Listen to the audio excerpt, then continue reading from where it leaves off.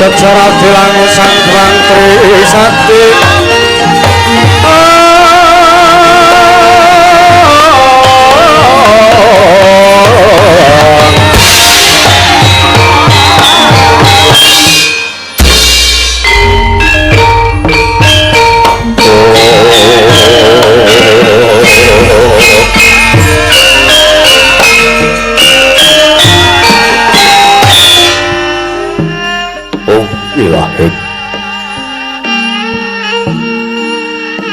Ilahing awit nomastu Purama Sidhem awit nomastu Purama Sidhem silap mriki wak jagat karana sirang tondo kawisisane kisana sara sinawung lan lelep mestu maksil stantun lampahing Buddha Jinandara tutur katula tetula tulap mereh labdeng parabda wini sudha ngupama pamene skara gangga-gangga trigangga durga mendak kala sirna pinarep ditameng lalata mangya tekap usananing gewita tawung renggeng perlambang matumpa-tumpa marmo panggung sang mulahing kata Segebyara dumadine wayang purwa purwakaning gondhong laru runtuting basa dungeng kunang musurasa yen linaras saya karaos mulat saru angrasa wani wuruhing diri rasa mongsang rumangsani lur jalma ngilo kaca jarweh wis rinakup cahing carita becik wis kagelar madreng pakliran ya Gusti Rambung sane pagelaran iki purwa Surya Candra Darung yang Kartika wis kinurbung dhateng kawasa sahari araptri angin dari bawana prateking duk sinuglir kepandhi tepan dadi witaning dina sasi warsi windu kang sarta abad Kedua pangkar-pangkar itu istirahat Jal pating rembiat Dati wadai Untuk kutualang atau kuburu Wulung yang beruntuk Dati beranang tanpa bijalan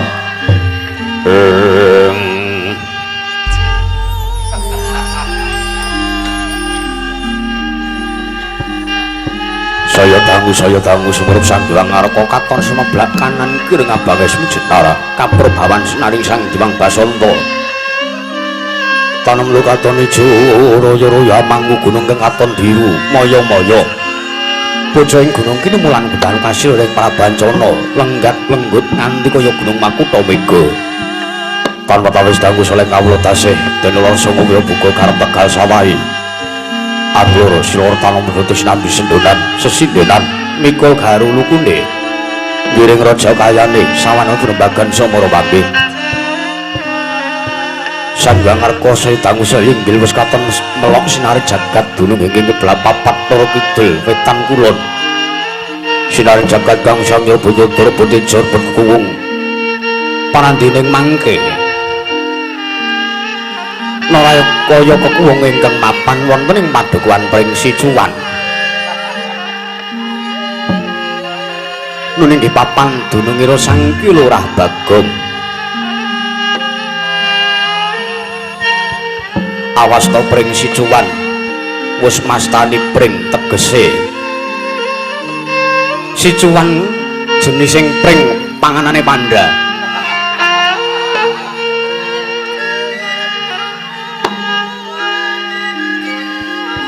nalika semana ingkang lenggah wonten madaning Bale Wisma ya dalemira Sang Kilurah Bagong ingkang ngatang-ngatang wonten ing lincak negeri Sang Kilurah Dobleh ya Sang Kilurah Bagong ingkang mangke nedeng nandang rogo gejala ayan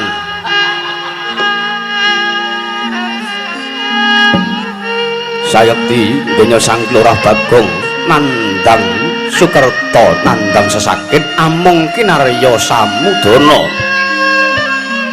dimenantuk sih tresnaning para pujangga teges Sang Kilurah Bagong genya nandang raga amung kawasta caper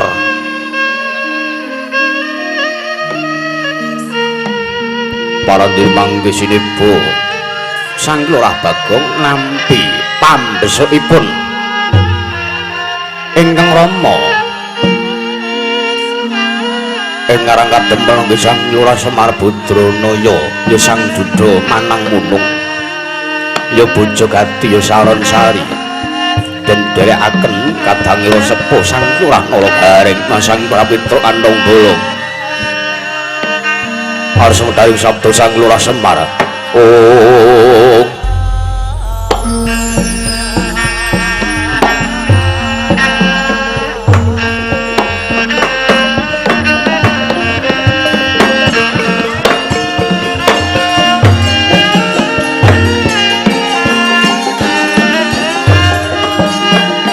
Mareka den prayekna semurine seka bali Tityani Gandayani Trisunya Parama Sasi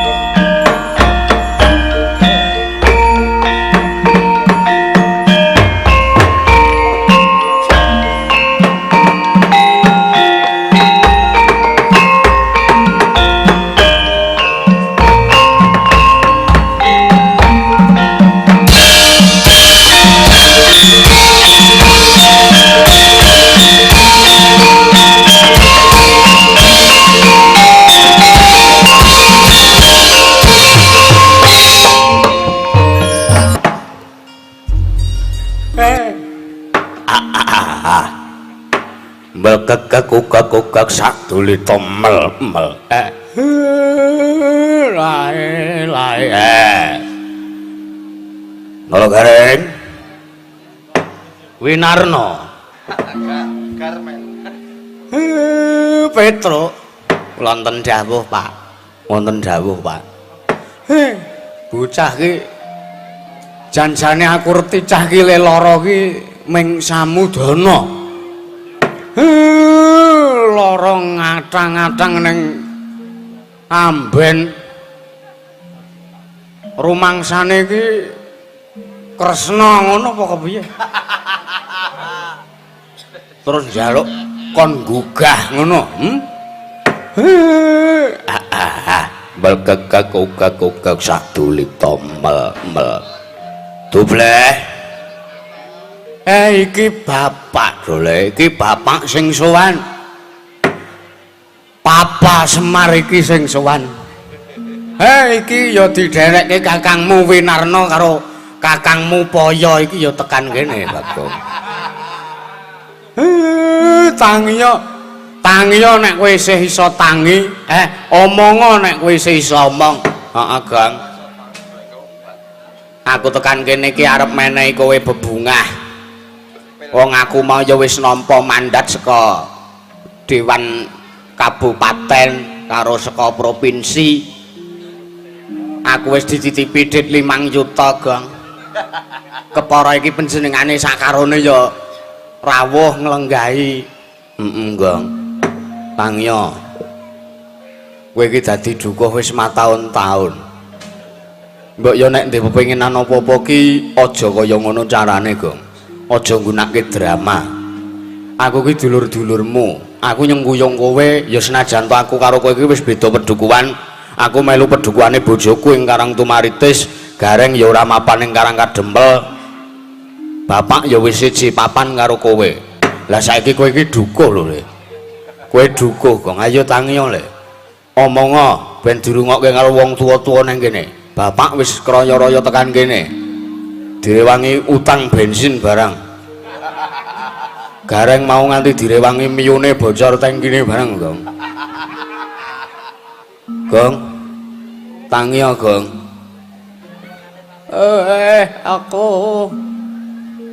aku gak Yasin kae ae, Tru. Ora kesusu ngono kuwi to, Wong digegayuhan jare kowe digegayuhan. Aku wingi rasan-rasan karo kowe, jare karep bangun desa. Lah iki kasil apa ora kok malah duwe pangucap sing kaya ngono kuwi kepiye? Saiki omongo.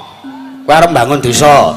Gek munia sing tok karepe apa? Nek pancen lemu bangun desa ki mbutuhke ragat, gareng wis nampa ragat iki wis nampa dana saka pusat. Munia. Nek sing arep tok bangun ki tata lair wujuding papan sing magrong-magrong. Kakang-kakangmu wis sago mbantu. Nek sing arep tok bangun ki batine para kawula bapakmu sing gelem temandang lho, Lek. Matura. Iki dipidhangetke para her-her Herminakata. Padha rawuh mrene iki arep nyekseni kowe jare arep mbangun desa, Bagong. Aja nyuwen-nyuweni, Bagong. Tansah marang pamoring sokmo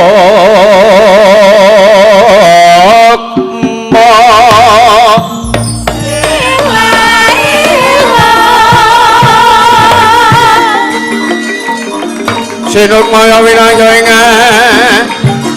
sepi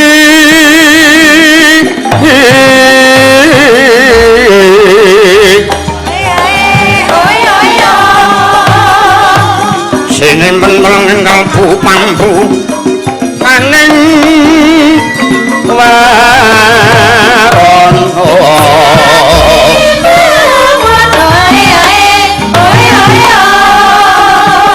palen saken layap-layap enggak loyop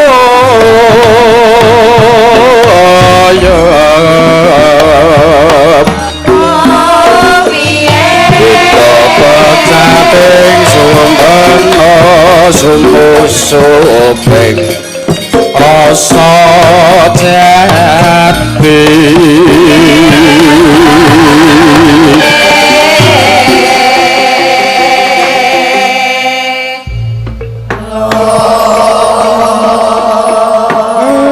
gini nek gelem tangi iki terus rupane apik. Gini terus ketok wujud aslimu nek mbasan kowe tangi, Gong. Ya isih ajeng ndobleh ngono kuwi cangkemmu. Do tekan kene iki sing tanten-teni gula teh karo raga dhuwit. Madu atos cangkeme ora. Sak rawuhmu aku ngaturke sungkem, Pak. Iya, tak tampa. Pangestune bapak wae tampanana. Heeh. Tak gegem arep omeng pangestu kae. Reng. Sak rawuhmu aku ngaturke bekti ya, Reng. Iya, Gang, tak tampa. Pangestune kakangmu Ngadiraja wae tampanana. Heeh. Piye isih ora kok entuk ngeki mang bengi. Wis dijaluki brandal-brandal begondal wiyaga kuwi, Pak. Setan tenan ora. Aku mengoman rong bungkus. Ora apa-apa, sesuk tak gawake meneh. Heeh. Truk. Sak praptamu slamet to, Truk? Slamet, Gong, ora ana alangan apa-apa. Alhamdulillah, Jan. Piye? Kowe iki ora sah sok samudana to kowe. Kowe iki wis cetha wong ora iso ngapusi iki ora sah reka-reka ngapusi. Ha karepku ki ya arep kemeruh kaya Paijo kae. Paijo sapa? Sing bonang kae lho. Wah, Jan. Aku ki ya bola-bali ya ya wis apa anane kaya ngene iki. Rupaku kan biyen ya ngene iki. Cangkemku ya ndobleh ngene iki ya wis ora iso dipermak kepiye-kepiye. Ha iya. Heeh. Lah sing kok karepe apa? Sing tak karepke ki ngono lho, Pak. Piye?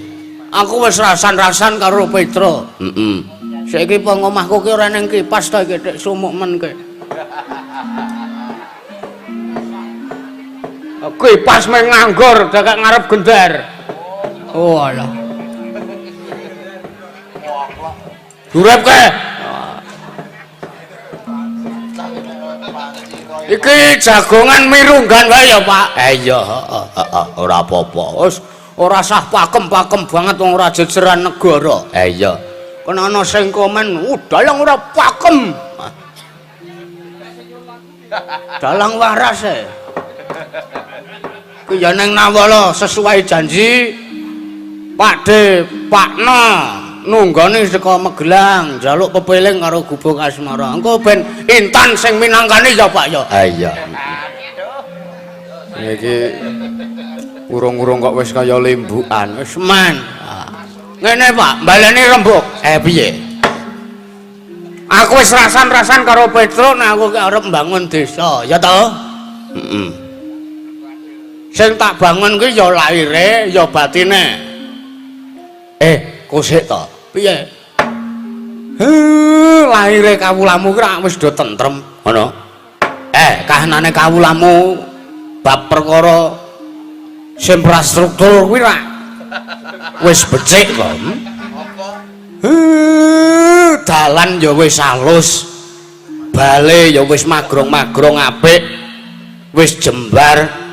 Ki dong arep tak gawake kelir 12 meter. Ning gandeng duku wae iki tak jaluki tambahan ora gelem. Tak gawake iki wae nyilih bronjong. Iya. Lah nggonamu dhewe nyang endi? Gawa nang Tuban nyusul Sri Gunting. Iya. Kok Sri Gunting to, Gong? Tembang Sri Gunting mesti ka Tuban. Lapo tresna lan Sabaya pati. Kaya-kaya ngelingake. Iki siwin wis teka ta iki. Engko sing dirembuki ora kok kuwi ora. Heeh. Kawulamu wis ora kekurangan bab lair, bab sandang, bab pangan wis ora kekurangan. Heeh. Lah iki sing kekurangan sing arep tak bangun ki apa? Sing arep tak bangun ki piye ya? Jane ya mung ngoyahi segara aku njlentrehke wong mau wis dijlentrehke karo pranata carane. Ha piye kuwi terusan? Ayo kowe omong men luwih cetha kok ya wong mau sing urung midhanget sing urung rawuh mrene iki ya ben pirsa ben ngerti karepmu kepiye ngono lho, Gong. Ya. Anu sing arep tak bangun ki morale kawulaku. Sing arep tak bangun ki batine kawulaku. Kowe ngerti to, Pak? Kawulaku ing Pedukuhan Pring Sicuan kene iki sing nganut agama ki ora mung perangane siji agama, ning akeh 6 agama ki nang kene eneng kabeh. Iya. Kuwi arep tak nyawijekke, kuwi arep tak dadekke siji. Ben ngerti nek aku sing dadi dukuhe nang kene Predi kuwi. Predi ki sapa? Ayo sing nanggap dapurmu kuwi. Ben ngerti nek aku sing dadi duka nang kene ki saora-orane nek sesuk aku ki wis pensiun kuwi ben ana tilase ben ana tinggalane. Terus ranane arep kepiye? Ya wis sing do maune urung nyawiji, sing do urung lair batin karo sakiwa tengene arep tak rukunke, arep tak gathukke. Ning bingungku ngene, Pak. Arep menyatukan jiwa dan morale kawula mongko akeh banget wong 3 pedukuhan kuwi dadi siji. Iya. Kuwi kepiye carane aku kuwi isih cubluk ing kawruh. Mula kang saka iku ora ya kejaba aku ngundangi Bapak rawuh takon ngrene iki ora takon ngombe wedang, ora takon ningon. Ning tak jaluki go pretiklek. Kepiye ta? Wong sampeyan ki ya dadi lurah wis suwe. Gareng ki mbiyen arep nyalon lurah ora dadi. Mergo jenenge ora ana M-e. Urung M kak ya. Bapak sing dadi lurah wis matahun-tahun. Maket biyen zaman Prabu Rama Wijaya bapak wis dadi lurah. Nganti wis ganti rakyat ping bola-bali. Mesti wae bapak ki pengalamane wis sugih lah, wis di luar kepala, di luar ndas.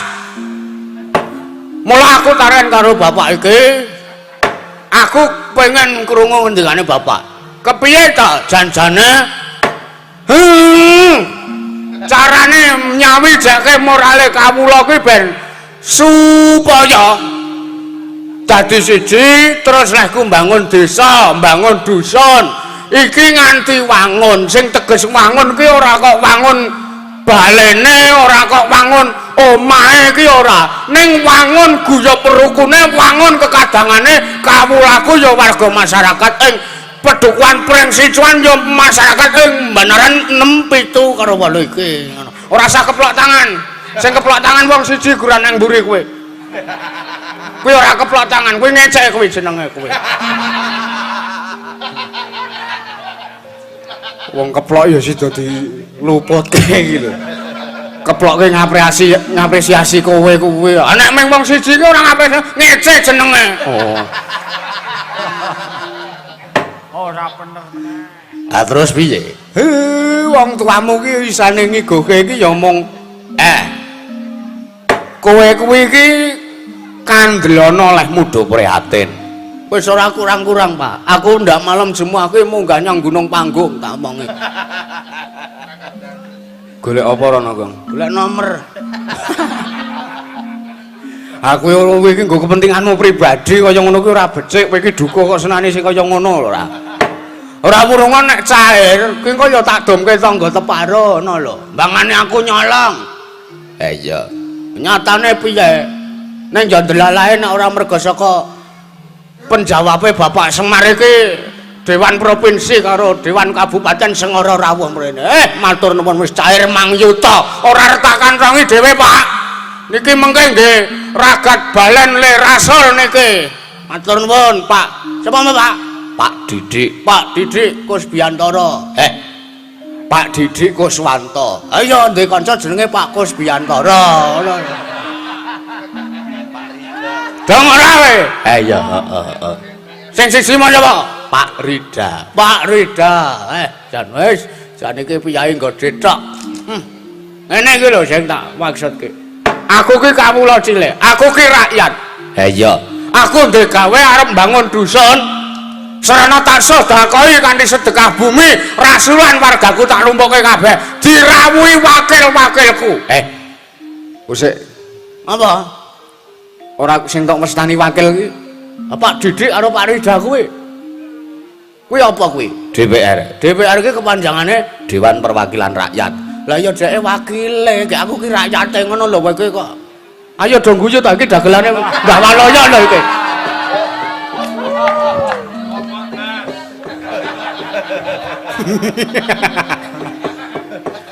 Aku guyu nganti dugap-dugap kok ora. Wis gak aku mung ngenteni igohmu, Pak. Piye iki? Piye? Le kelanjutane le arep carane mbangun morale kawula ki ben wangun disawang, ben wangun le sesrawungan, ben wangun le kekadangan. Ben ora ana alangan swiji apa ngono lho, Pak. Ngene. Piye? Jerone ngurip bebrayan wong sak desa. Sak dusun. Luwih-luwih panggonanmu ki 3 pedukuhan, 3 dusun dadi siji. Heeh. Mesti wae ana siji loro sing ora lahir batin, kepara akeh ana sing ora lahir batin. Heeh, Pak, bener. Ya najan to nuwun sewu, najan to sing wis lahir batin wae nek mergo wis ketanggor awake iki kesel ki terus ya wis ngono kae lah omongane wong kesel ki sak omongan rong omongan ki sak ning ati sak ora kepenak. Ning ya wis tak maklumi, gandeng ya wis kesel. Ha iya. Acara ki tak anake wis 7 dina, 7 minggu. Modar 7 minggu. 7 minggu ki arep ragat tenaga saka ngendi awake iki lho ora mesake. 7 dina terus ngono kok ora uring-uring lho karo iki. Wis seminggu tak anake. Ya lumrah nek wong-wong do kesel. Lah termasuke klebune wong-wong sing do kesel ki kepiye lek arep ngandani karo klebu wong-wong sing do urung lahir batin, urung gelem nyawiji atine siji lan sijine, urung gelem nyawiji karo aku minangka dukuh pangrengkuh kebawat keperintah pedukuhanku iki kepiye seranane Bapak ngendika wae? Seranane gampang. Kowe iki ibarate wong kowe iki disengit karo salah sawijine wong. Kowe aja genti sengit karo wong kuwi. Wong sing sengit karo kowe iki malah kepara serawung ana, cedhak ana, tukokno rokok, gula teh. Kuwi mengko suwe ning suwe dheke bakal saka sengit dadi seneng karo kowe. Ane nek sing ora seneng karo aku kowe padha lanange. Kae terus engko tak tukokke gula teh, tak cedhaki, tak serawungi, tak apiki, tak akrabi engko terus dheke tresna karo aku. Per dubleh. Apa win? Seneng ki ora perkara tresna ya tak omongi. Yaga ki nek sing seneng karo sinden urung katekan sediane ki ya akeh. Ning ngene lho, kowe iki ra dadi duka ta, Bleh? Heeh. Duka ki kepiye carane kowe duwe kebijakan-kebijakan sing mengkone kebijakanmu kuwi gawe kawula ki tresna karo kowe, kowe iki diarani nek duka sing sembada ing karya. Ngono lho. Ora mung ngomong ning ngarep tok. Sleman Sembada. Wong ngopo kowe wong Sleman ora usah nggawa-nggawa. Ya bener ya ora ngaturmu Ren. Ha iya, dadi seneng ki ora kudu kok tresna terus arep ngejak rabi ki ora. Ning seneng ki kepiye carane ndadekke wong sing sengit karo kowe iki dadi lahir batin karo awakmu ngono lho. Oh iya, kuwi wis tak terapke ning beberapa orang, Pak. Ya iya, aku ki arep duka ora ya seniman.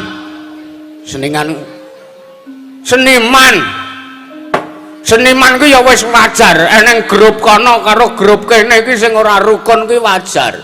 Ha sing ora seneng karo aku ki tak cedhaki, tak tukokke rokok.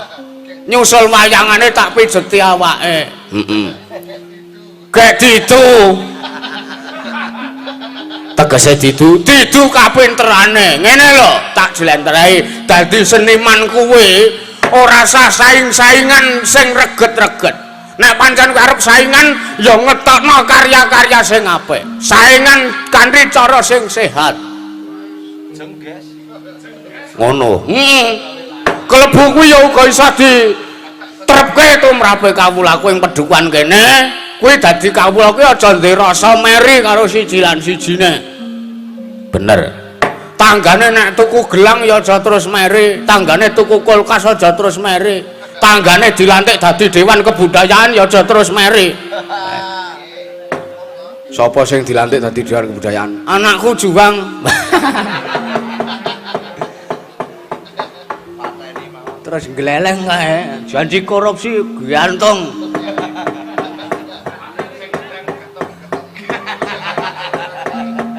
Dadi ngono ya, Pak. Ha iya, piye carane lehmu arep ngrengkuh?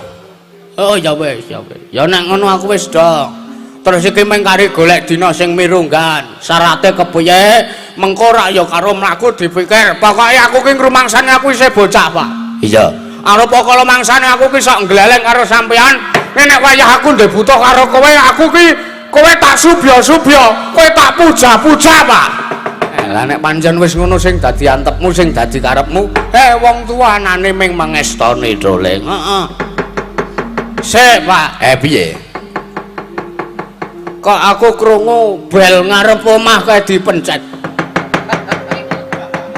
Wah, omahmu saiki tok pasangi bel lho, Kang. Heeh.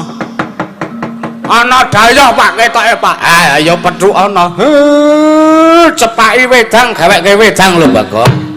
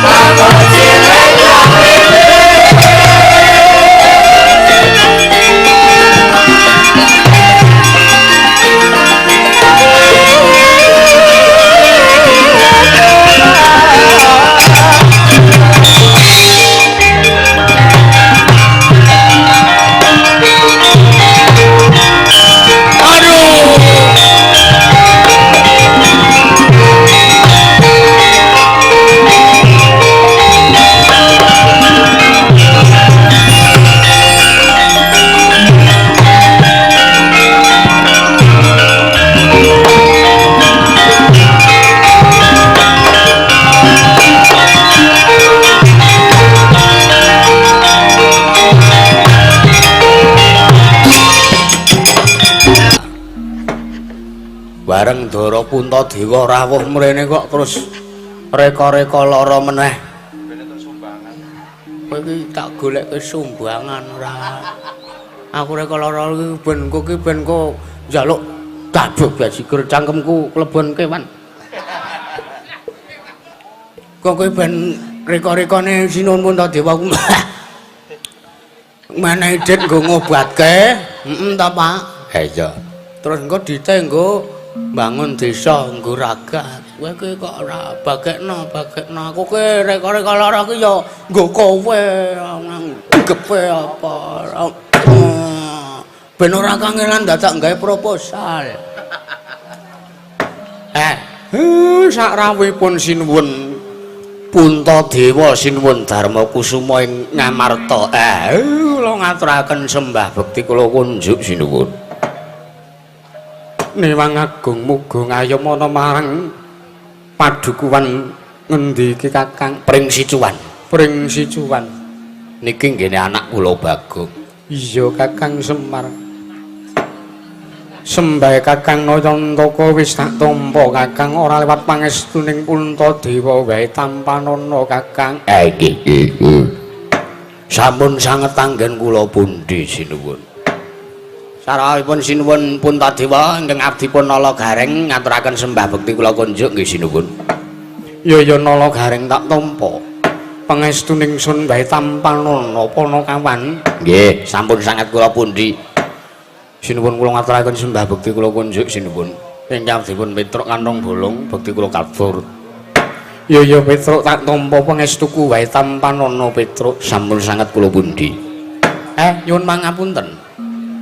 Panjenengan rawuh mriki menika wonten wigatos napa Ndara?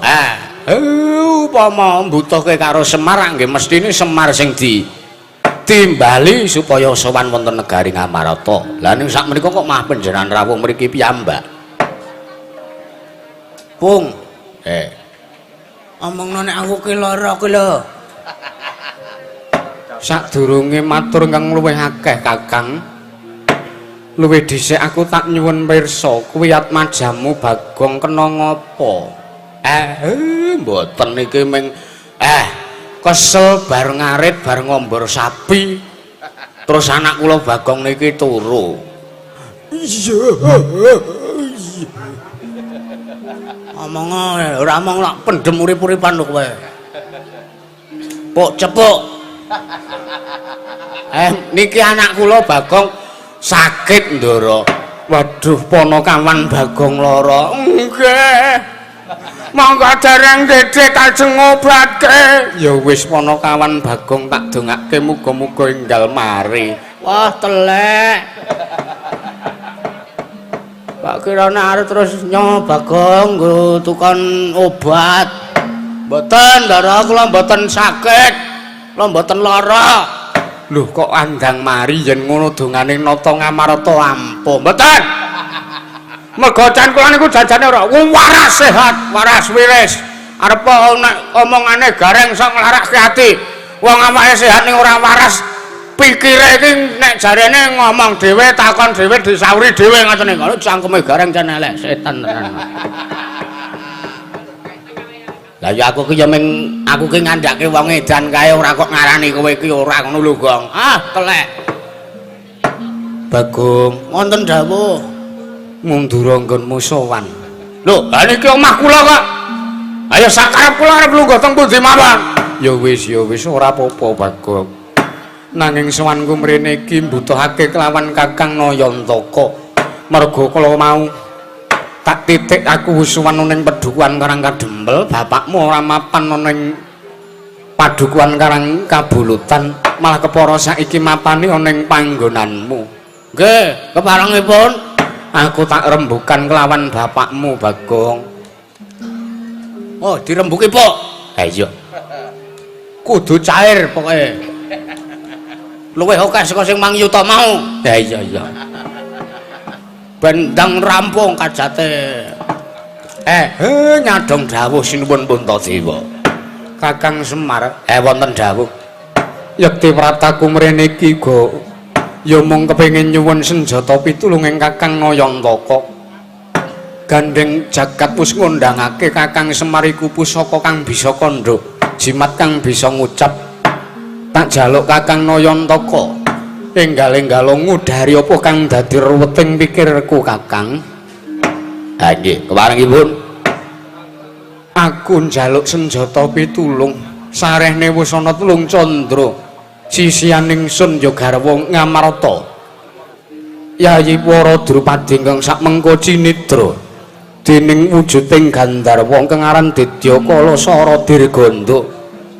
Kakang Semar aku njaluk pitulunganmu. Kira-kira ana ngendi saiki dununging Dedyakala Suradirganda. Ingkang sakmengko pareng nyidra marang garwa Ngamarta ya sisianing ingsun Kakang Nayantaka. Begegak sadole tok. Nyuwun pangapunten sinuwun. Sepisan saderengipun kula matur wonten pundi dunungipun ingkang garwa, saderenge kula goleki ingkang garwa Gendara kula Pandara Drupadi. Kula tak matur riyen. Kula sagom mitulungi panjenengan ning nyuwun pangapunten. Senes dinten niki leh kula iso mitulungi merga ngelingi anak kula Bagong niki duwe gegayuhan. Anak kula Dobleh niki arep mbangun desa, Den. Mula gelem ora gelem gandeng Bagong niku anak kula. Kula minangka jejere wong tuane Bagong. Nek nganti anak kula dhewe kok duwe gawe, malah kula ninggal, malah kula nglungani. Kaya ngapa? Kawula pedhukane Bagong mulih ngurak karo Semar. Wong Semar wau niku pun saguh mbantu kali anak kula Bagong. Lah kok malah saiki Semar nglencati sing dadi janjine, nglencati sing dadi tanggung jawabe Semar. Kula wedi dosa, wedi kena hukume ngalam, Ndara. Ya jagat pangestu Karawayahu Bathara jagat Kakang Semar. Lah kok dadi destun temen ing atase sira kuwi abdining Pandhawa. Sira kuwi abdi kinasihing para Pandhawa. Kowe kuwi wis ngabdi ana ing negara Ngamarta wis mataun-taun wiwit Pandhawa isih kuncung nganti saiki gelung. Bebasan wiwit Jambang nganti saiki Celaprang. Kena ngapa Kakang Semar ora malah ngebotke marang apa kang dadi kebutuhaning Ratu Ngamarta. Kamangka Ratu Ngamarta ya aku iki ingkang tansah saben dinane paring panguripan mana ngersamu Kakang Semar. Walah. Destun timen. Monggo kowe wis nampa kondhanging jagat gelar saka ngersaning para dewa. Semar kuwi pamonging sejati. Nanging yen to kaya mangkene seranane apa mengko ora tetel apa sing dadi derajatmu Semar. Kakang Semar, anakmu kuwi mung derajating Panakawan, anakmu ki mung wong kere, wong loro sak udon telu sak urupan. Ning atase Panakawan Bagong kuwi cecak nguntal cagak cebol gayuh wulan luwih arep mbangun kahanan desane.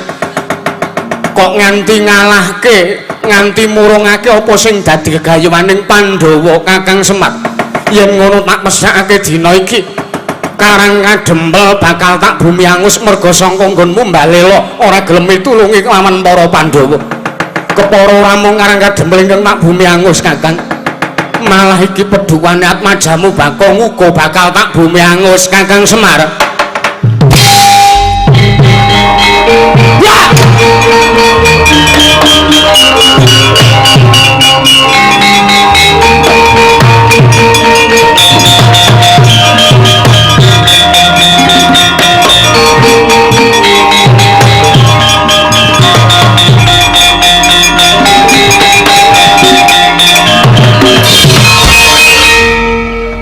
Trayale binatang. Nuwun pangapunten Ndara Puntadewa. Iki sing tak rasani maju. Ayo, sajak kowe ora arep nrimakake apa sing dadi ature Puntadewa Bagong. Ngapunten. Kula sampean rawuh mriki niku kok kula wis krasa ganjel. Sampean rawuh mriki kok kula wis krasa ganjel. Ning atase Puntadewa niku ora sabiasane malang kerik. Lah kok iki krungu ngendikane bapak nek ora arep dibantu disemayani sak rampunge gegayuhane Bagong. Lah kok dadi malang kerik, mau malah odo-odo cara pajangan barang wau. Saiki malang kerik, kaya-kayae sampean niku ratu sing jare kondang getih putih. Kayake sampean sing ratu jare kondange klase saiki wis ora arep ngiklaske karo kadonyane. Saiki ketitik sampean malang kere. Iki meng gatel kok Bagong. Boyokku ki kedeng. Apa ya lumrah Puntadewa kok boyoke kedeng barang ora? Piye Pak kaya ngene iki aku kudu nesu apa ora? Nesu sakarepmu ora ya sakarepmu. Kowe ngapa mripatmu plirak-plirik? Cah malang krek ning ngarep irung. Keleke gondrong mongko ambune ayo. Ngene iki sewengi ngendang ki ya ambune kok ngene iki. Dadi aja dikira nek aku ngendang kendang aku sangar ning awakku bladeg. Ning ra gurih. Belae seneng kok. Tak andel kan Gong ora. Kula kok ganjel karo sampean, ha? Sampean kok nganti wani tegel karo bapak karang kademel arep di bumi angus. Enten perkara sing kudu kula takoke karo sampean. Siji. Enten pundi dununging Bathara Darma dewaning laku sing manjing teng anggane sampean, ha? Enten pundi dununging rasa ikhlas sing wis ngundangke Prabu Puntadewa niku Ratu Getih Putih nganti paribasan nyawane dijaluk kanggo kamuktening liyan waton kuwi migunani sampean ngehke. Lah bojo saiki bojone sampean dicidra karo sapa mau Dadyakala Saradirgaweh. Dadyakala Saradirganda ingkang nyidra marang Dewi Wara Drupadi. Wah, bojo dicolong. Nek cara kula, nek cara Sinuwun Puntadewa sampean sing biasane, bojone sampean niku dijaluk sampean ngehke lho. Waton niku kanggo kabagyaning liyan. Mang mikir sampean. Nanging orang sak trepe bareng tak pitung-pitung. Ya senajan to Puntadewa kuwi duweni wewatekan ikhlas lair lan batin kepara aku antuk gelar nalin drengkeng Getih Putih. Bareng tak gelar tak gulung, ora pantes ning atase aku iki guru lagi lah kok dadi ora ngayomi marang wong putri. Nah, gene ya iso ngutek, Mas. Ugong tandel tenan Ugong. Iki ratu sing bendinane ngopeni awake dhewe sing bendinane nguripi awake dhewe. Utek-uteke koyo ngene nganti kowe dientuk hukum pati saka negara Ngamarta piye? Mati mbok wis. Dihukum karo Puntadewa mbok wis, aku ora gagas. Nuwun sewu. Saiki arep tak ilangi basaku karo sampean. Arep tak ilangi subositaku karo sampean. Ora nek Bagong kualat. Bagong iki tuwa sak kula bangane sampean iki tuwa Bagong. Kula niku urip ke jaman biyen nganti tekan sepriti niku. Nganti iso ndereke sak putu-putumu, putu-putu Pandhawa niku Bagong Semar Gareng Miturut sing ndereke. Ha kok sampean klewo-klewo kaya ngoten, Mas. Nuwun sewu, ora arep basa aku karo kowe pun Puntadewa. Oh sampean klewo-klewo karo bapak. Nuwun sewu, Karang Kadempel niku nuwun sewu. Najan to saniki kula ora mapan ning Karang Kabulutan. Ning lair cilik nganti gedhe nganti tuwek, rabi kula nganti ping 5 niki. Niku uripe teng Karang Kadempel. Teges Karang Kadempel niku sing paling mulu wektu kalian kula. Ning rak ya wis sak tepe yen to bapakmu kuwi sak biyantu marang Nata Ngamarta Prabu Puntadewa.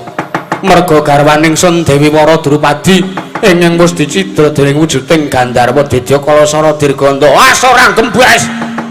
Arep kuwi Saradirganda, arep kuwi Sana Prakasa, arep kuwi Sarawahyudi kula ora gagas. Arep kuwi Sarawuda, arep Sarayuda, arep Gonjang Seret Minat Jingga. Kula ora urusan. Bakune nek niki sampean kula perkarake. Perkarane apa? Nata Ngamarta luputi apa? Dosane apa, Gong? Ora keladuk lho, Le. Iki Sinuwun Puntadewa iki sesembahanmu. Wes ora tak sembah. Saiki ora arep nyembah aku rek. Sing tak sembah ki ya mung ratu-ratu sing becik atine, sing resik lair batine. Ratu-ratu sing ora apik lair batine, sing karo kawulane senengane menarik nyengsarake, aku ora sudi nyembah.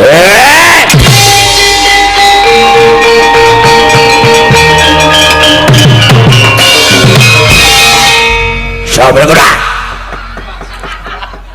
Mudyar bojone Bagong nesu iki pisan.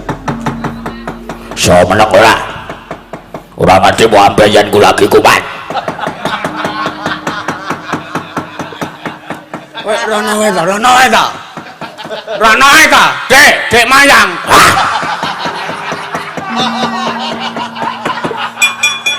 Bangsaku. Gue ketekan Jaya ora ana daya sing bejaji. Kon ngalih ora dayae. Iya, Dik, maaf.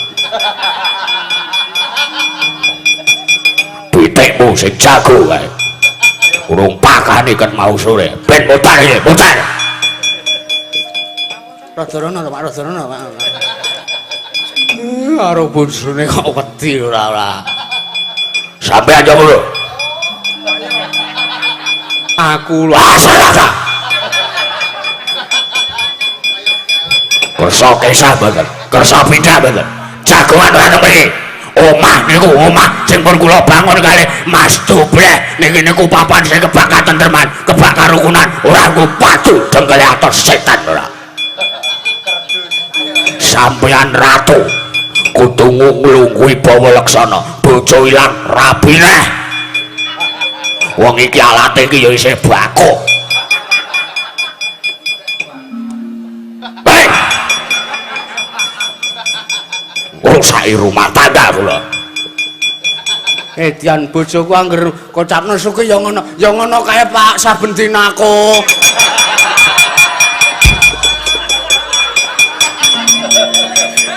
Apa kowe iki cegel nek Pak karo aku? Ndek bojo galake ra kira-kira. Sabar, Gong, sabar. Sabar piye? Aku ki aja njaga trah ren. Wis tak ijolke bumban bojoku kae yakin wis. Norane ora njaga tanggung jawab wis tak ijolke bumban tenan cake. Ngrasani apa? Ora. Ngrasani Dik Mayang cantik.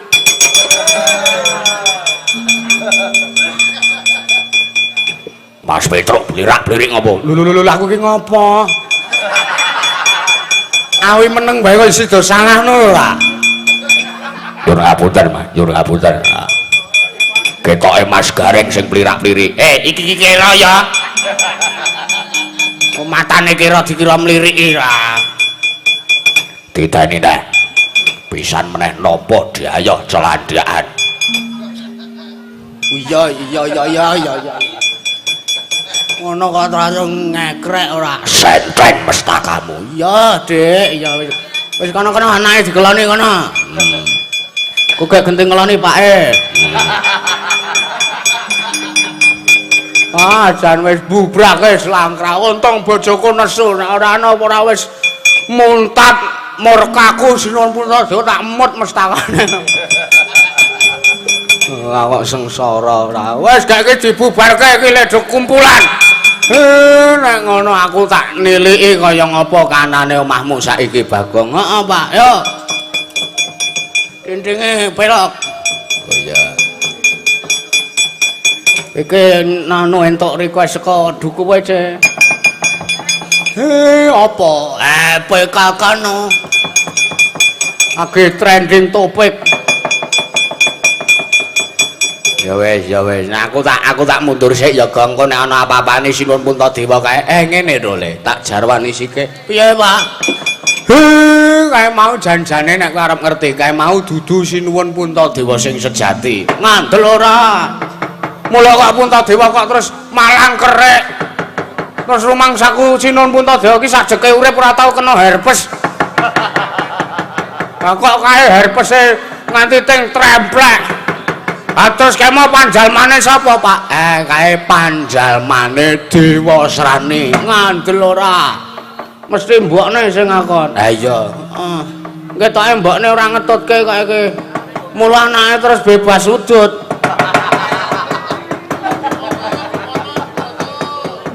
Ora gawe perkara lho, Gong, ora gawe perkara lho kowe ra. Ya wis, kae terus karepe piye? Ayo ngaso sak wetara sik. Bojomu kae mau kon nglimbuk cangik, kon nglipur kawulamu. Yo. Nek ngono ayo dibubarke bareng-bareng ya, Pak. Ayo. Bebarengan dole.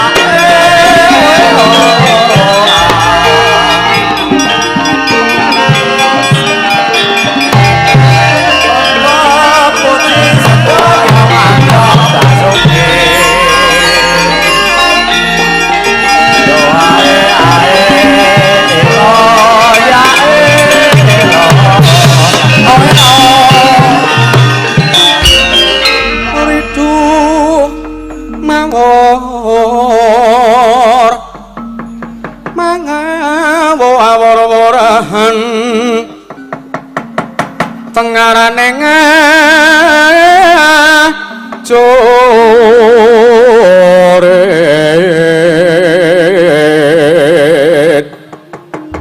kang maguru gongso tatakadya tula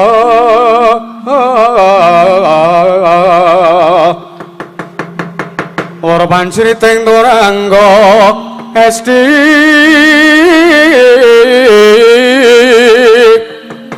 ora kata ingkang taca layu sabit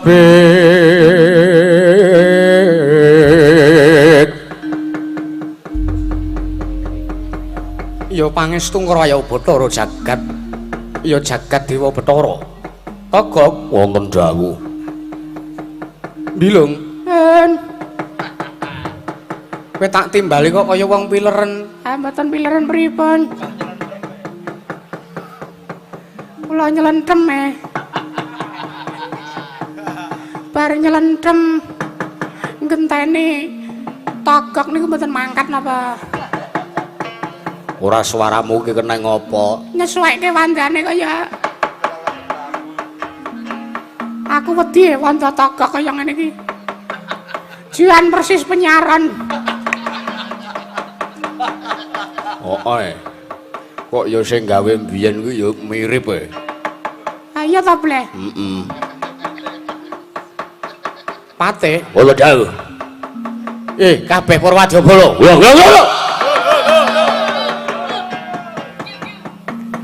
wonten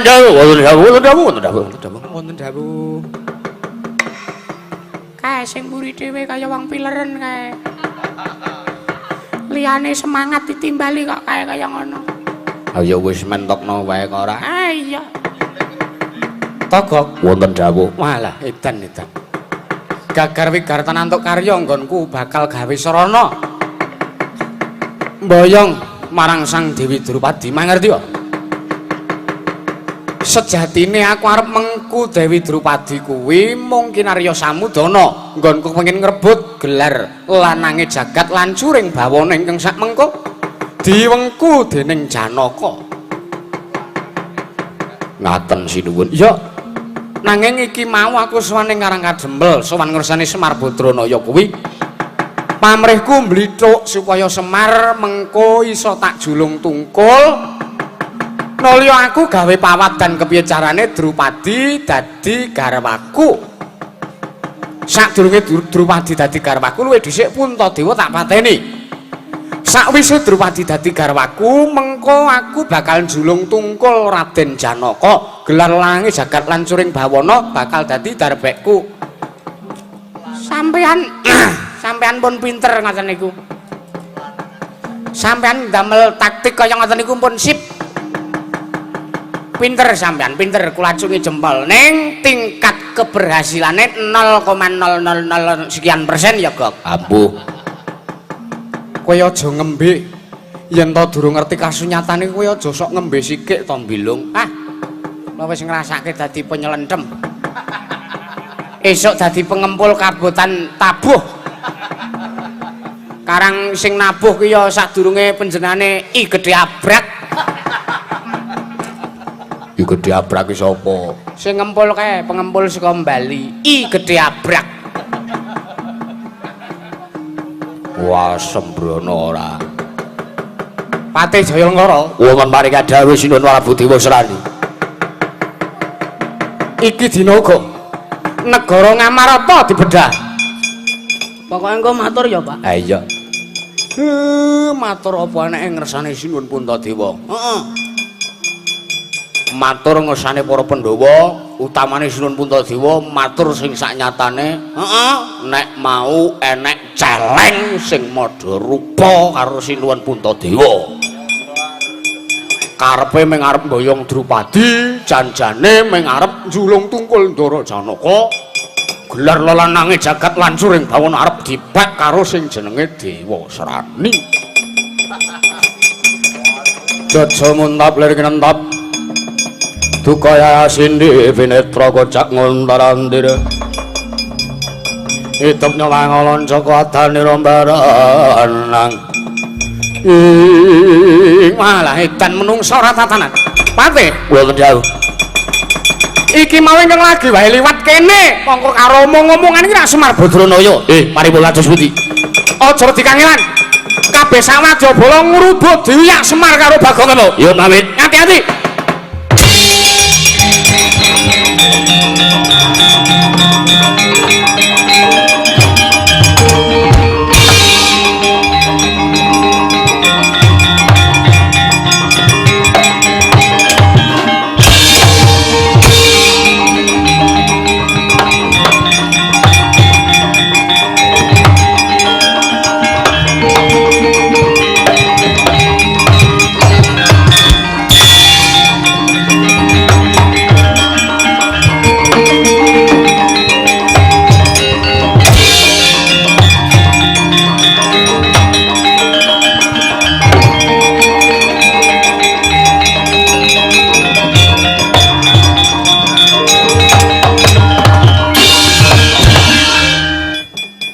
Ratu wisuh lunga ngentasi perkara. Lho. Lire piye kowe kok mestani bendaramu dhewe kaya ngono? Hah? Sampeyan ki ya meng padha wae. Weruh Semar karo Bagong Udarasa sampeyan nesu ning ora gelem nguyak dhewe. Wah, lah ngembe karo aku kowe mbilo.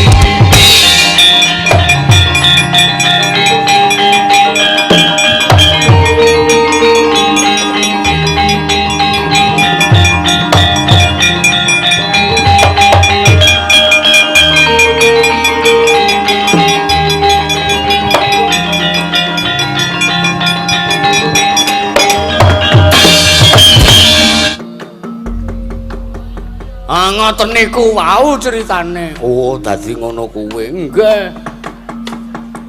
Gong Apa? Ora wong agi wae kok wis awet ceritane iki wis jagongan ngono lho, Tru. oh iya Heeh. Kuwi gareng kuwi gak dipijeti kuwi. heeh Mesake cokore abuh. Aku ya wis sangukan terpen kok, Gong. Heeh. Gek mulih, gek raup, Reng. heeh Bar diubek-ubek sinden ngono. Ayo, nek ngono aku njaluk karo Kakang Gatotkaca ya Kang Piye Dimas Antasena? nek nganti iki mengkono bobol Barating kahanan Wadyabala Tunggul Malaya rombongane Dewa Serani tekan kene tak jaluk awake dhewe kabeh sak dulur-dulur lancur Pandhawa aja wedi kangelan Wadyabala Tunggul Malaya diundurke ya Kang Yo, aku mung manut apa kang dadi kareping Hyadi. Kakang Antarja siap ora iya aku saguh Dimas Antasena nek siap ayo budal bareng-bareng kula nggih tak ngewangi. Jalarane nuwun sewu. Dewa Serani wani Madarupa sinuwun Puntadewa niku ra padha karo nerak apa jenenge Pagrayu. Merga pawadane jare arep mboyong Dewi Drupadi niku ra janjane mengajengke julung tungkul Ndara Janaka. lah iya Nggih kaya sing pun kula critake wau. heeh ora kowe kok ngerti informasi kaya ngono saka ngendi Kang Semar no, Semar kaki radio AM. Kaki apa-apa weruh Semar gumen aku. Gumunku nek kon pasang tata pasang debok kok suwene raja macam Semar Sidin kae iki. Nggih pun nek ngaten iki jeng napa niki? Le bidal. Budal nyang ndi? Iki mung jagani. Mbok menawa mengko wajobayane Dewa Serani tekan kene rak mengko aku sak kadang lancur Pandhawa iso pasang pagar betis. Oh ngaten. Ya, nggih. Nek ngaten go terus sareng-sareng ngrondani jagi kawonten wonten negari Ngamarta.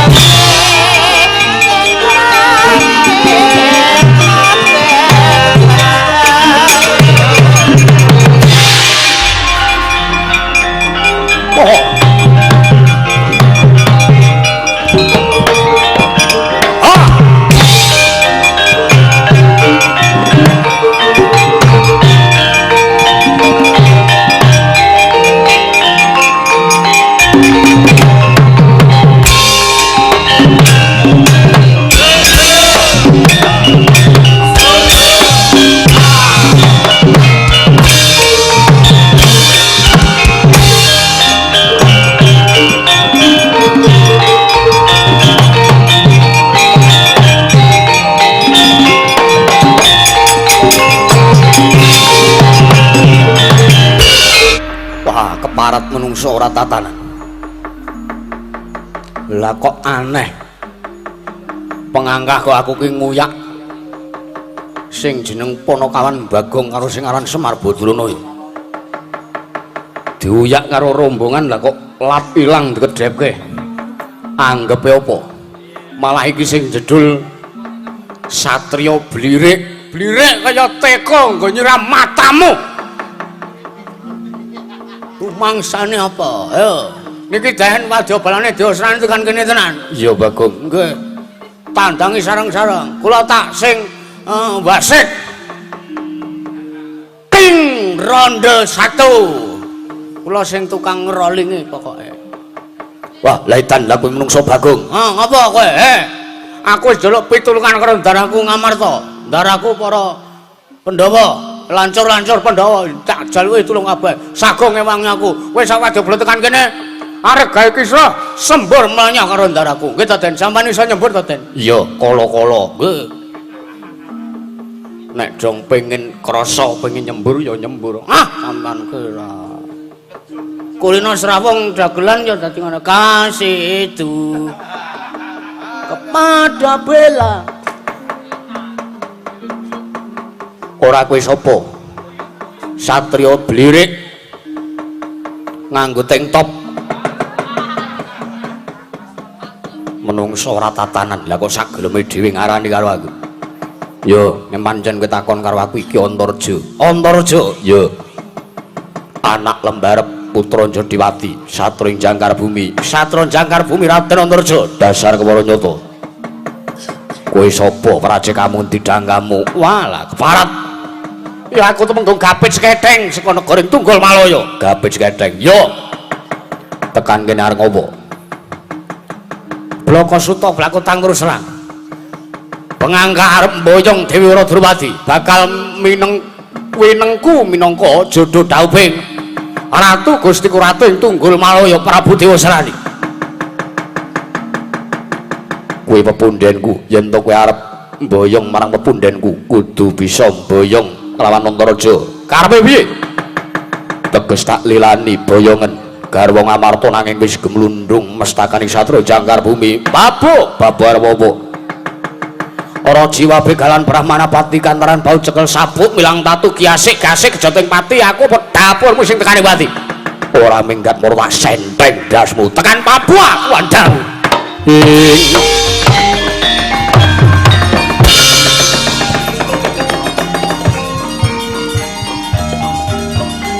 wong dandan mbok kae hei ha ha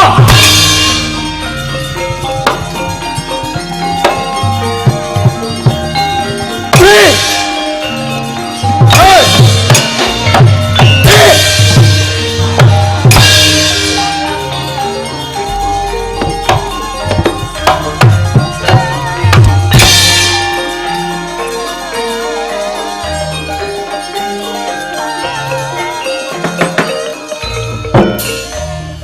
pengumuman mobil dengan plat nomor 1254 VR krasa arep metu nyuwun tulung sing ngedangi mobile didol mawon kawuningono menika mobilipun Pak Gareng Tralala matur nuwun Kijang Putu Dewa ngedangi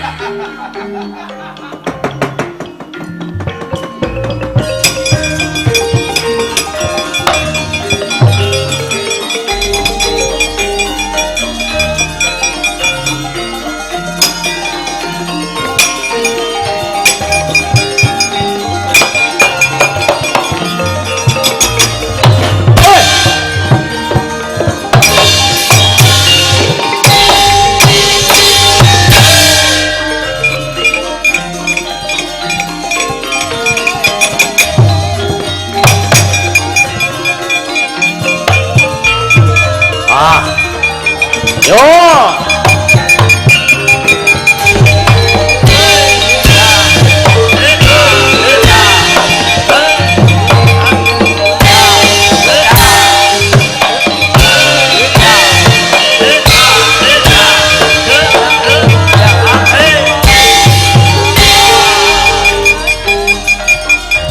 males joget apa-apamu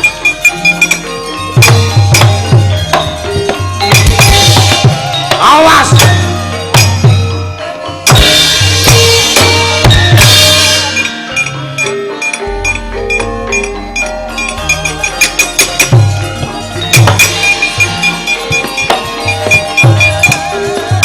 awas iya mati kowe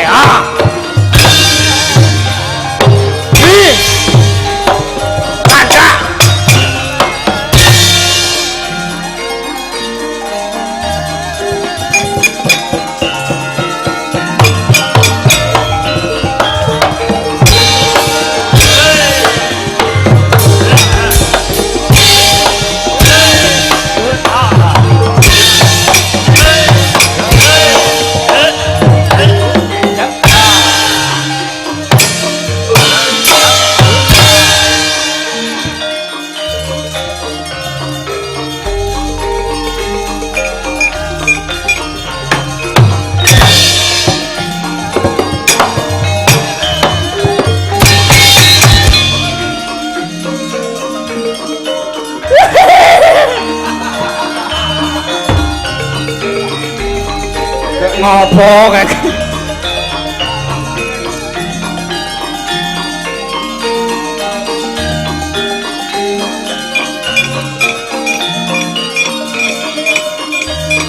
tekano kene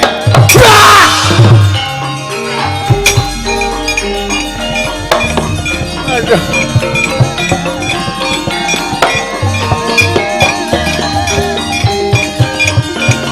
aduh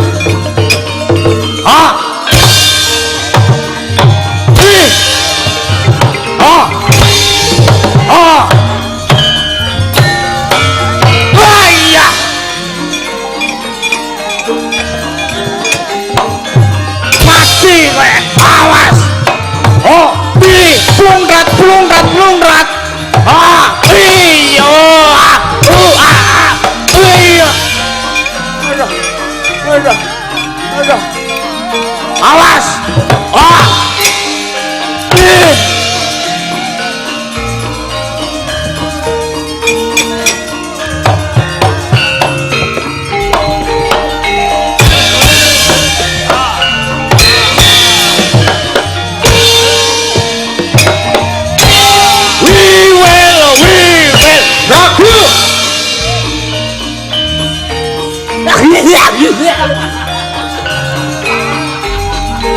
Kowe ngopo to, Gong? Seneng aku. Roh mobile gareng ra iso metu, seneng aku.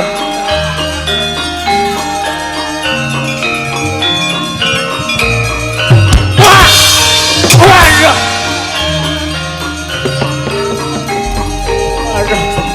Aduh. Aduh.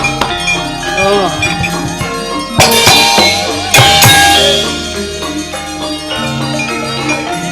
Awi. Bang.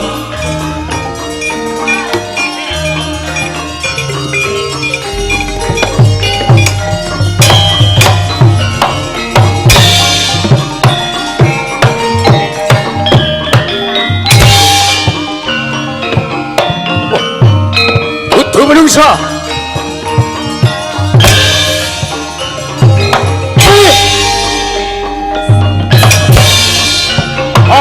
Candra mestaka.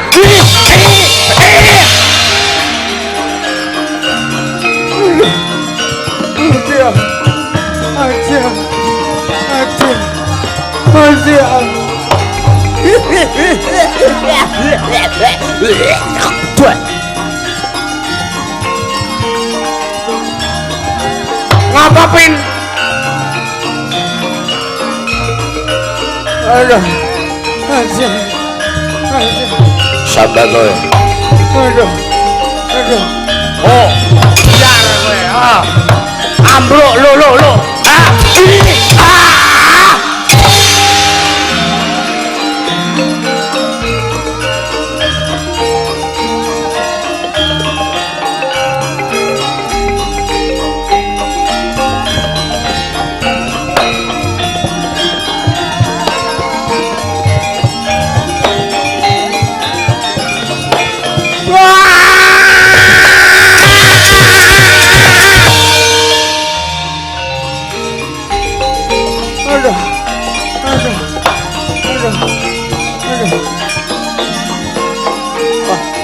Benjot.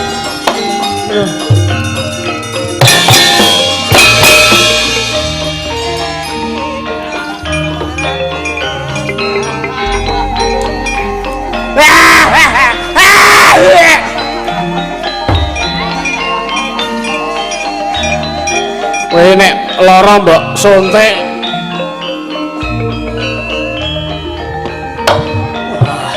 Wah, ejian. Satrio kok buyaku. Aduh. Wah, yo ayah.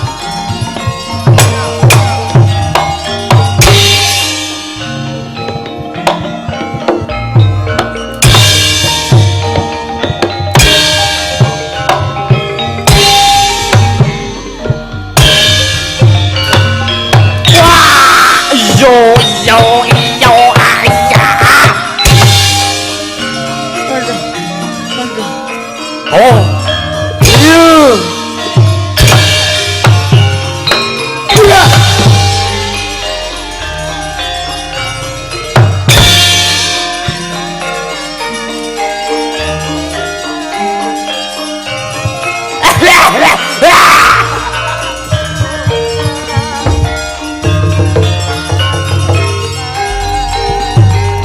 Mangsaku wong kok kemekelen kae mah.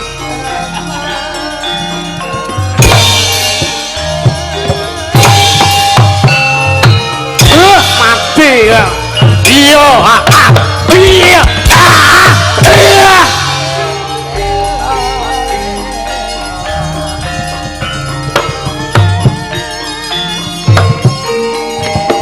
Mati to.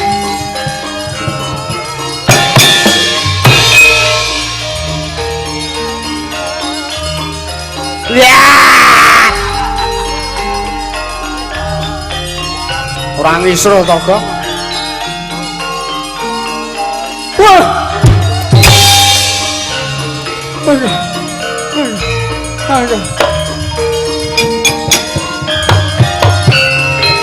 Oh. Iyong. Aja. Wah.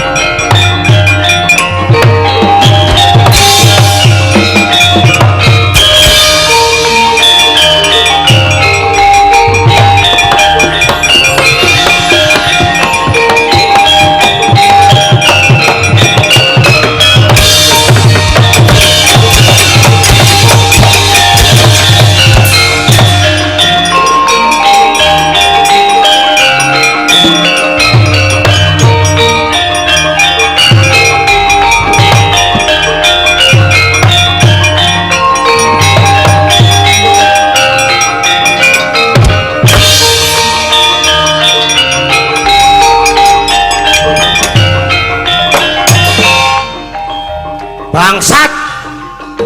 What the fuck? Sapa Satria Mabur? Ratu Pringgondani. Gatot Kaca. So, Gatot Kaca. Gatot Kaca parep. Wah. Gleleng iso mabur. Adat. Ya. Sapa? Jaya Murcita. Jaya Murcita Wadya Tunggal Malaya. Oh. Para apa kowe kuat nampani epek-epek Gatot Kaca? Mudhun. Mudhun.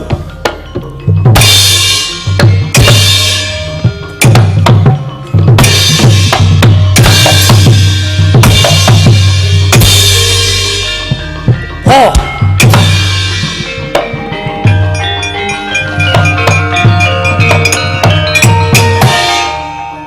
Oh.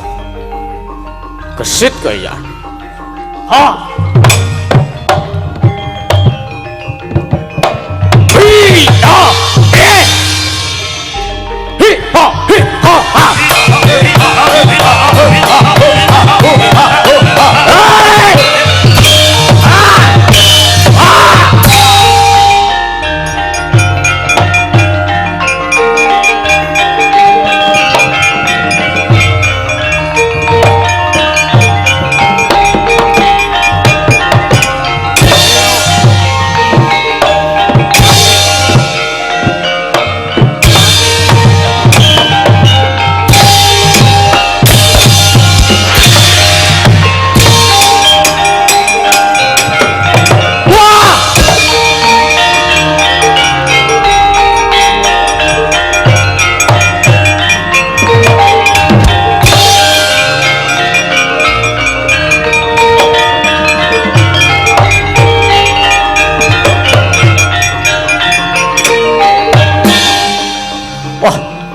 Menungso ora tatanan. Wujud kok ngene kok ngetape-tape. Para maju. Hei. Ha. Hei. Ha. Iya. Ha. Ha. Iya. Ha. Ya. I. Ha. I. Ha. I. Ha. Iya. Ada. Ada. I. Ah. Ada. Ah. Ya.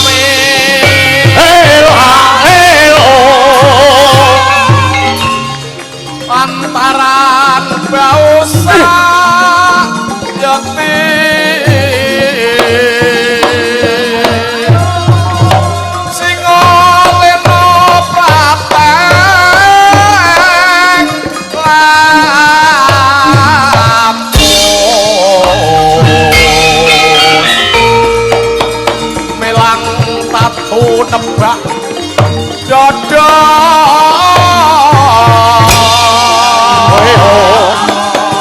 son pecut mo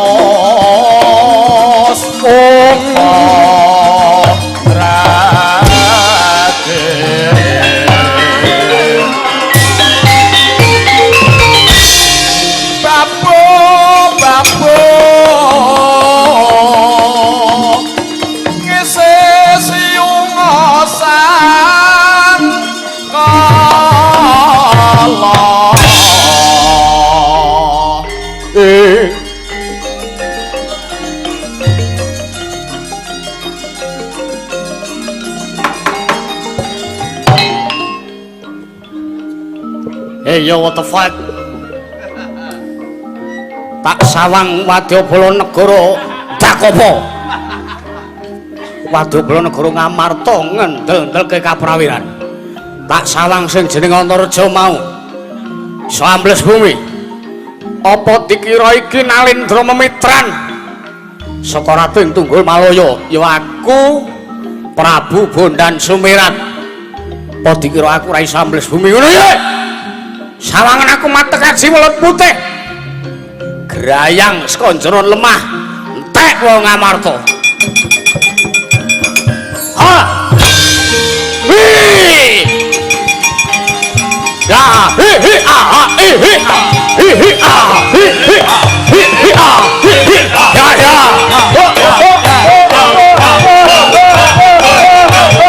Hey!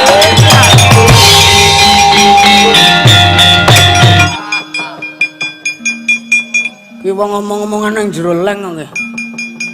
Tak deloke Kang apa? Pak Dalang pun saya. Wis.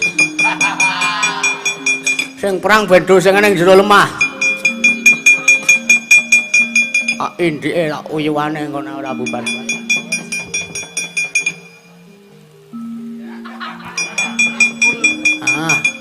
Lega. Ora minggat kok kakon mati dening aku. Oh, sembur mlonyoh aku ya iso nyembur kaya kakangku wae. Mbah, mati dening aku.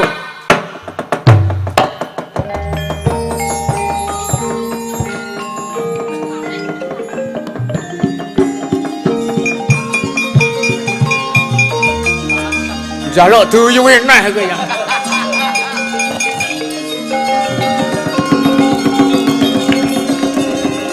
Lega. Mati ya. Ah, waduh, waduh, mati aku iya. Iya. Iya, mati. Iya. Iya, iya, iya. Ya. Iya. Oh.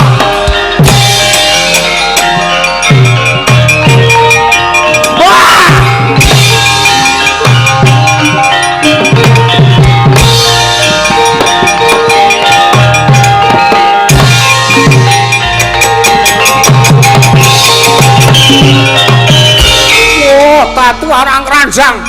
Aku ning jero lemah iso salto maju mundur.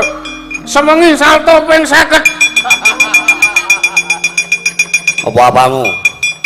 Apa dikira wong-wong Ngamarta ki wong diamen-damen ngopo? Wah, mati tenan kowe sing mati.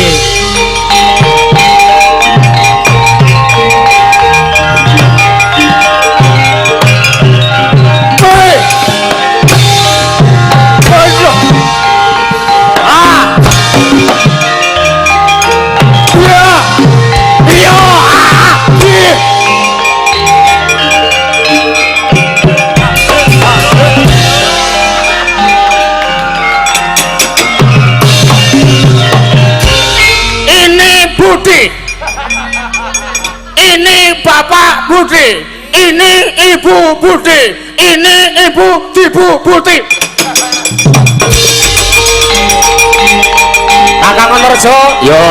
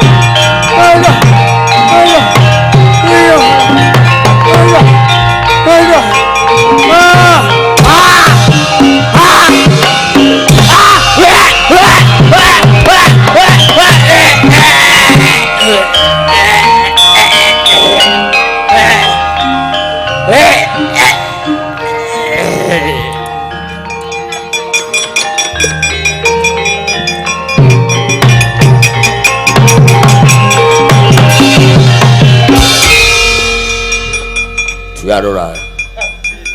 Aku dadi cilik tak loloi wadukmu. Grogoti ususmu.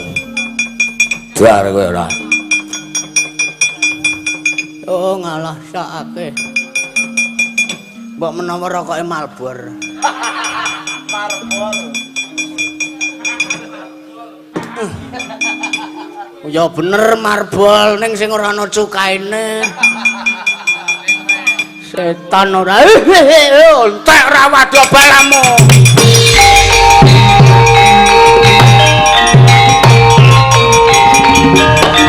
Aduh.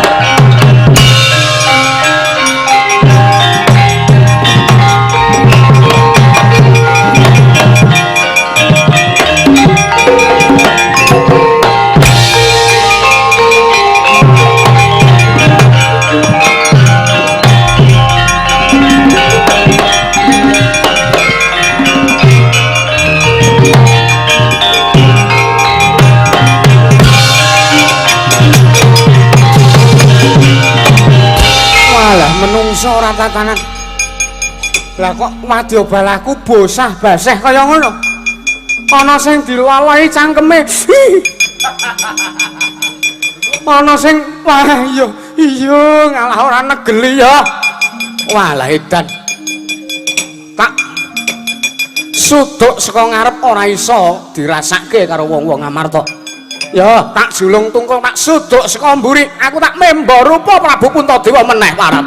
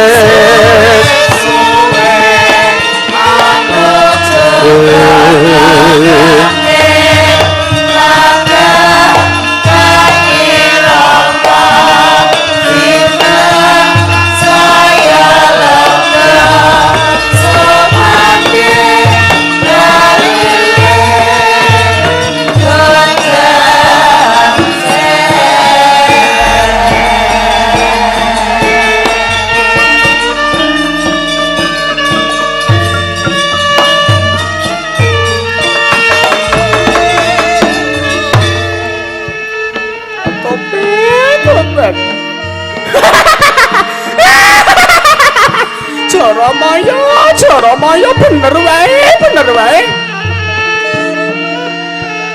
Wis mataun-taun nggonku ngimpi bisa apa kepengin nyidra wujuding mustaka jamus nyang jimat Kalimasada. Ingkang ora ana kejaba wigati srana kuwi bisa tak jalari supaya para Pandhawa bisa gampang tak pateni. Inggih, iya Ibu, iya.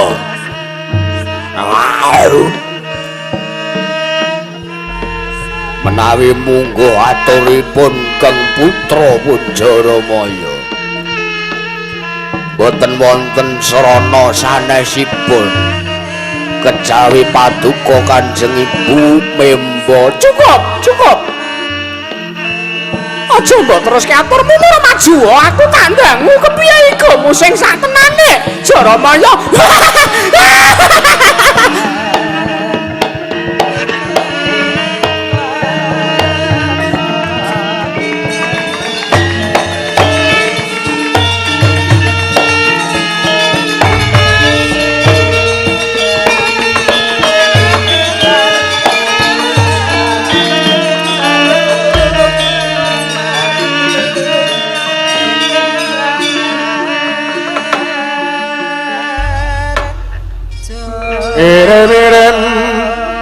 kembang bobong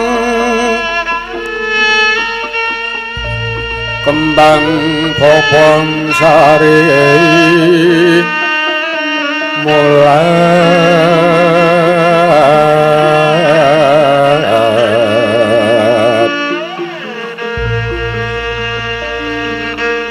kembang teratebang roreng yungan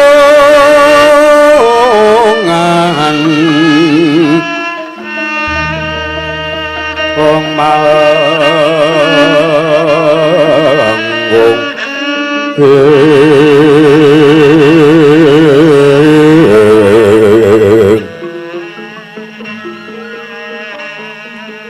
long malangkung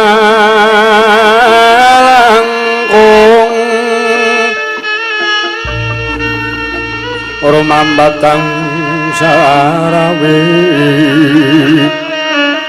papulatan neng bekambek hati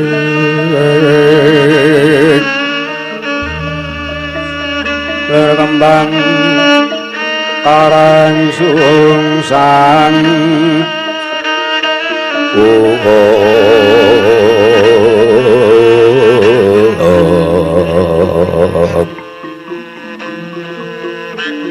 berkembang karang sungsang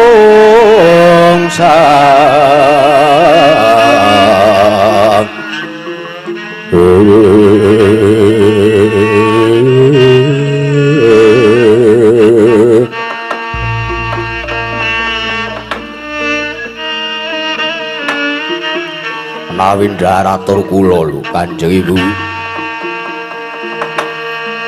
paduka menika boten saged nyitra wujuding mustaka jamus nyang jimat kalimasada menawi boten mimbo utawi mindo warni titah ingkang jagat kalian pun para Pandhawa. banjur sapa titah ingkang cedhak kalian para Pandhawa? Gampil mawon saranane panjenengan menika sampun pirsa bilih bojone Puntadewa menika rapun Drupadi. Gitu. Saranane gampang panjenengan menika kantun Mindawarni wujudipun Dewi Wara Drupadi ngaten. Nulya mangke panjenengan pinanggih kaliyan Prabu Puntadewa mangjulung tunggul alesan nyuwun ngambil wujuding pustaka jamus Hyang Jimat Kalimasada mang beta mriki nulya Pandhawa disirnake. Ngaten niku srana sing gampang. Lan samara pamoring sukma sinuk maya winaya ing asepi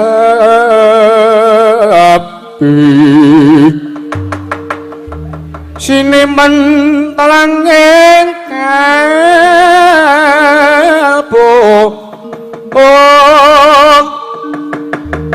pambukaning marana taraing saking liyap ayaping aluya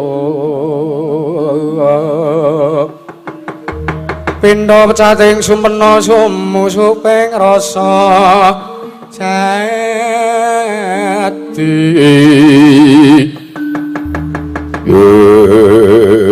betul. Lah kok kowe malah pinter ngigauke kaya kaya mangkono Jaramaya betul pecah kok baguse. Mendah to sinden sing saka kene nomor 2 ki bunga. Rangge mesti bangga. Ndek penyaron kaya kula. Ya. Yen ngono delaken mengko sik aku tak salin mimba rupa Pindawarna wujuding Dewi Wara Drupadi.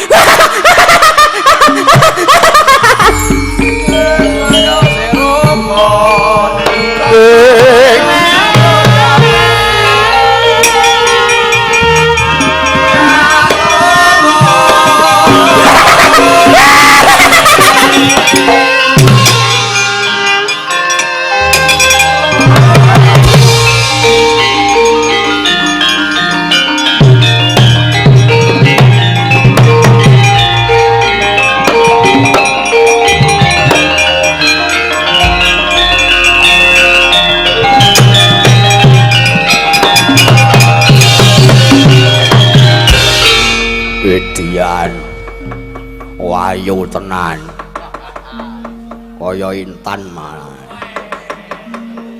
Ya ora ngono to Jaramaya.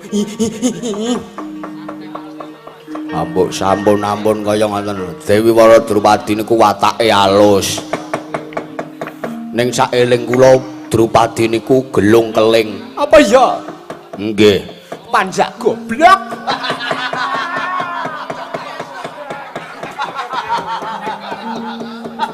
Gelong keling. Ora ana ya piye carane? Nah, ngeten iki mboten napa-napa. Wong pokoke ngesahke tembung ame sewu lho, Drupadi niku gelung keling ben kaya padha Puntadewa. Iya. Swantene alus. Iya. Ah, ngaten.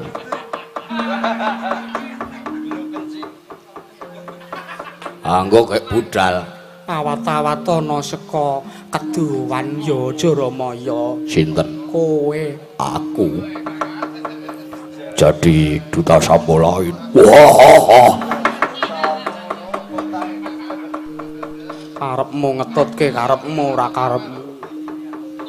Panjak kecelok. Kula dherekaken Ibu ampun kuwatir Kanjeng. Ayo